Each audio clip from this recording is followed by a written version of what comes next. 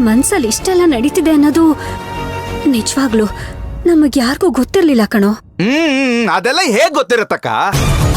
ನಿಮಗೆಲ್ಲ ನನ್ನ ಮೇಲೆ ಪ್ರೀತಿ ಮಮಕಾರ ಅನ್ನೋದು ಇದ್ರೆ ತಾನೆ. ನೀವೆಲ್ಲ ಸೇರಿ ನನ್ನ ಮುಟ್ಟಾಳ್ನನ್ನಾಗಿ ಮಾಡಿಬಿಟ್ರಿ.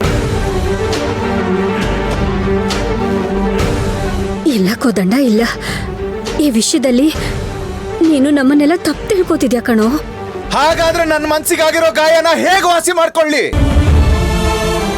ಬಾಬಾ, ನಿಮಗ ಅವಮಾನ ಆಗೋ ತರ ನಾನು ಯಾವತ್ತೂ ನಡ್ಕೊಂಡಿಲ್ಲ. ನನ್ನ ಪಾಲಿಗೆ ನೀವು ದೇವ್ರ ತರ.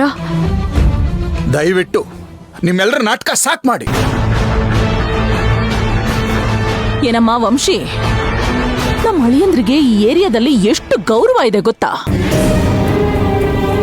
ಇವ್ರ ಹೆಸರು ಹೇಳ್ಕೊಂಡು ಎಷ್ಟು ಜನ ಬದುಕ್ತಾ ಇದಾರೆ ಅಂತ ಗೊತ್ತಾ?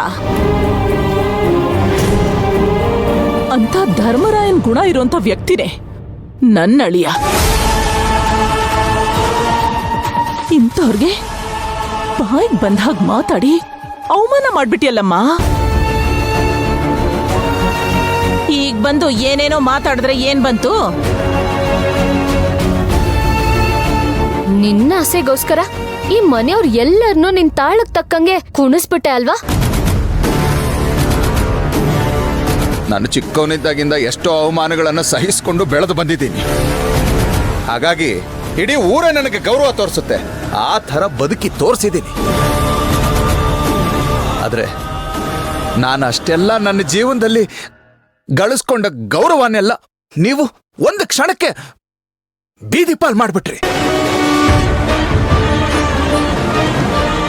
ನನಗೆ ಅವಮಾನ ಮಾಡಿರೋ ಇವಳು ಈ ಮನೇಲಿರೋವಾಗ ನಾನಿಲ್ಲಿರೋಲ್ಲ.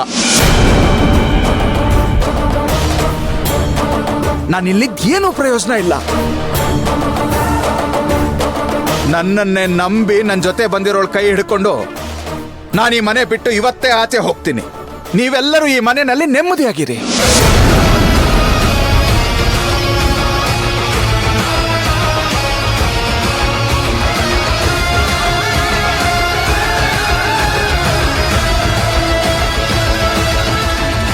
ಏನು, ಈ ಮನೆ ಬಿಟ್ಟು ಹೋಗ್ಬೇಕಾ?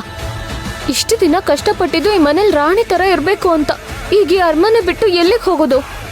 ಅಯ್ಯಯ್ಯೋ, ಹೇಗಾದ್ರೂ ಮಾಡಿದನ್ ತಡಿಬೇಕಲ್ಲ. ಕೋದಂಡ, ಯಾಕೋ ಈ ರೀತಿ ಮಾತಾಡ್ತಾ ಇದ್ದೀಯಾ? ಒಂದು ಕಣ್ಣಿಗೆ ಸುಣ್ಣ, ಒಂದು ಕಣ್ಣಿಗೆ ಬೆಣ್ಣೆ.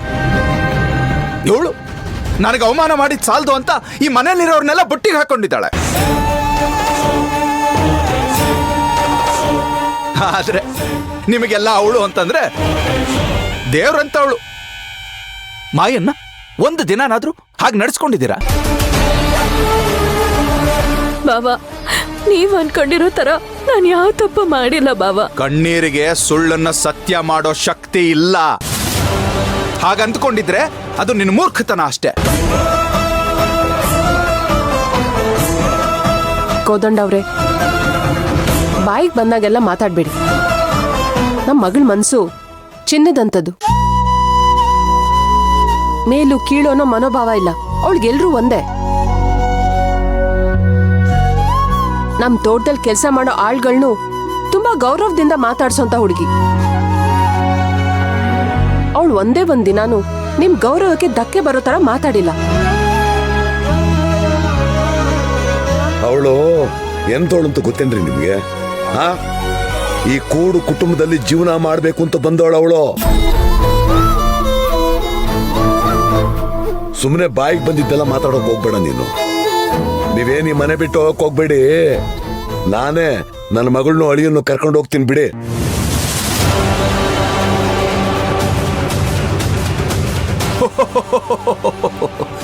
ಶಭಾಷ್, ನೀವ್ ಏನು ಉದ್ದೇಶ ಇಟ್ಕೊಂಡು ಬಂದಿದ್ರಲ್ಲ ಅದನ್ನ ಸಾಧಿಸ್ಬಿಟ್ರಿ ಅಲ್ವಾ?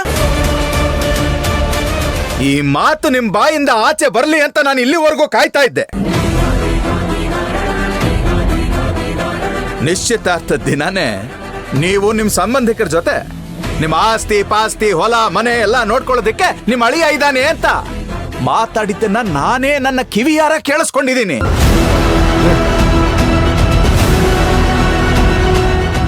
ನಮ್ ಕೃಷ್ಣನ್ನ ಮನೆ ಅಳಿಯ ಮಾಡ್ಕೋಬೇಕು ಅಂತ ತಾನೇ ನೀವಿಷ್ಟೆಲ್ಲ ಮಾಡ್ತಾ ಇರೋದು.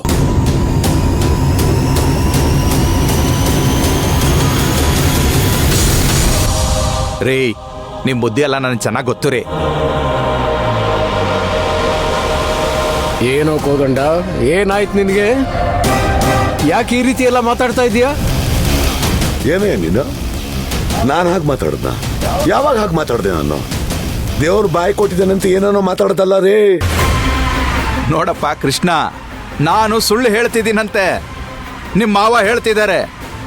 ಅಣ್ಣ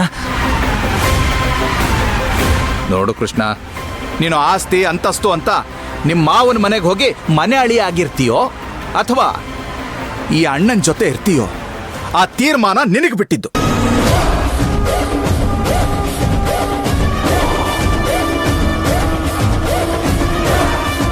ಏನೋ ಕೋದಂಡ ಇದೆಲ್ಲ, ಯಾಕೋ ಈ ಥರ ಮಾತಾಡ್ತಿದ್ಯಾ?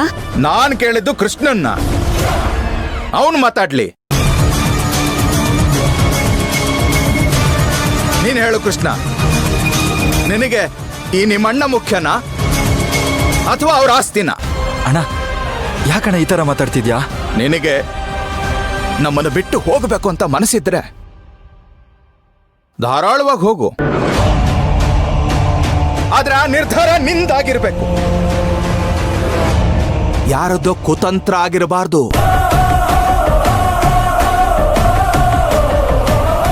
ದೊರೆಸ್ವಾಮಿಗಳೇ, ಈಗೇನಾದ್ರೂ ನನ್ನ ತಮ್ಮ ನಿಮ್ ಜೊತೆ ಬಂದ್ರೆ ನೀವಿಷ್ಟಪಟ್ಟ ಹಾಗೆ ಅವನ್ನ ಮನೆ ಅಳಿಯನ್ನಾಗಿ ಇಟ್ಕೊಂಡ್ಬಿಡಿ. ಅಂತೂ ಅಣ್ಣ ತಮ್ಮನ ಮಧ್ಯೆನೆ ತಂದಿಟ್ಬಿಟ್ರಿ ಅಲ್ವಾ?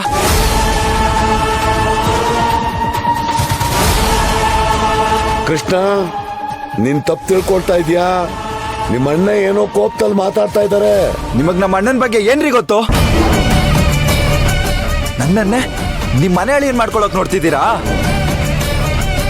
ಅಲ್ಲ, ಅದ್ ಯಾವ ಧೈರ್ಯದ ಮೇಲೆ ಅಂತ ಆಸೆ ಇಟ್ಕೊಂಡಿದ್ರಿ ನೀವು? ಏ ಕೃಷ್ಣ, ನಾನ್ ಆ ಥರ ಏನೂ ಮಾತಾಡಿಲ್ಲ. ನಿಮ್ಮ ಅಣ್ಣ ತಪ್ಪಾಗಿ ಅರ್ಥ ಮಾಡ್ಕೊಂಡಿದ್ದಾನೆ, ನಿನ್ನನ್ನು ತಪ್ಪು ದಾರಿಗೆ ಎಳಿತಾ ಇದ್ದಾನೆ. ನೋಡಿ, ತಾಳಿ ಕಟ್ಟಕ್ಕೂ ಮುಂಚೆ ವಂಶಿ ನಿಮ್ ಮಗಳು, ಆದ್ರೆ ತಾಳಿ ಕಟ್ಟದ್ಮೇಲೆ ಇವಳು ನನ್ನ ಹೆಂಡತಿ. ನಾನು ಎಲ್ಲಿರ್ತೀನಿ, ಹೇಗಿರ್ತೀನಿ, ಎಲ್ಲಿ ವಾಸ ಮಾಡ್ತೀನಿ, ಅಥವಾ ಒಂದು ಗುಡ್ಸ್ಲಲ್ಲೇ ವಾಸ ಮಾಡಿದ್ರು ಅವಳು ನನ್ನ ಜೊತೆನೇ ಇರಬೇಕು.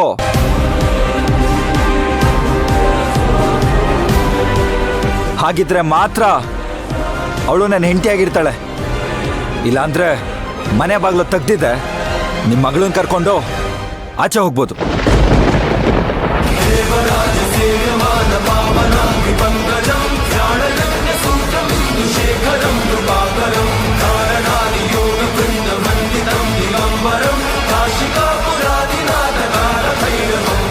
ಅಮ್ಮ, ನೋಡಿದ್ಯಾ? ಅಣ್ಣ ಮತ್ತೆ ತಮ್ಮ ಇಬ್ರು ಇವಳನ್ನ ಮನೆಯಿಂದ ಹೊರಗಡೆ ಹಾಕ್ತಿರೋದನ್ನ ನೋಡೋದಕ್ಕೆ ಖುಷಿ.